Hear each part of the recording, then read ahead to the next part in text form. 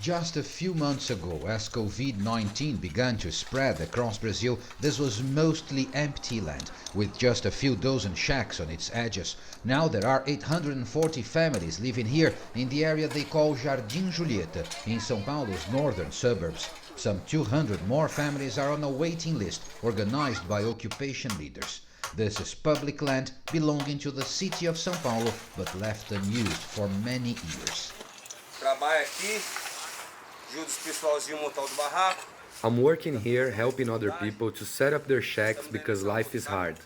People need a place to live, and this one was all abandoned.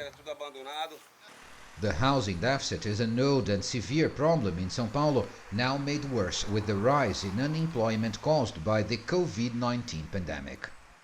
A gente ouviu muito relato dos moradores.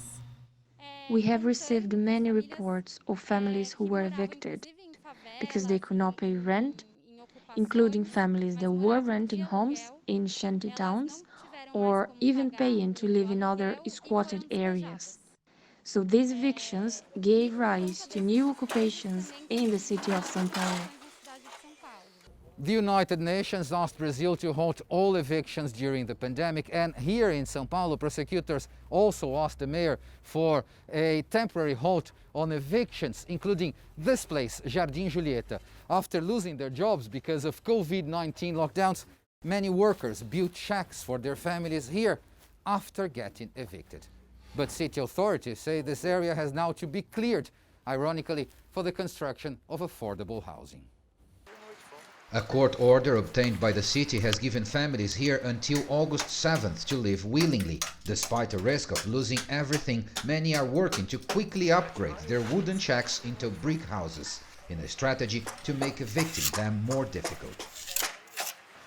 This family arrived a couple of months ago after being evicted for not paying their rent. Now they are afraid to lose again the precarious roof they at least have over their heads. Depois da pandemia, eu não achei mais serviço, né? Since the beginning of the pandemic, I could not find work anymore. I built this with the emergency grant money paid by the government, but now that's all gone too. If they tell us to leave, where can I go with my daughters? I don't have relatives here in São Paulo to stay with. With cases of COVID-19 still surging in Brazil, authorities continue to advise people to stay at home as much as they can. A tough challenge for those forced to live on the fringes of society and struggling to hang on. Paulo Cabral, CGTN, São Paulo.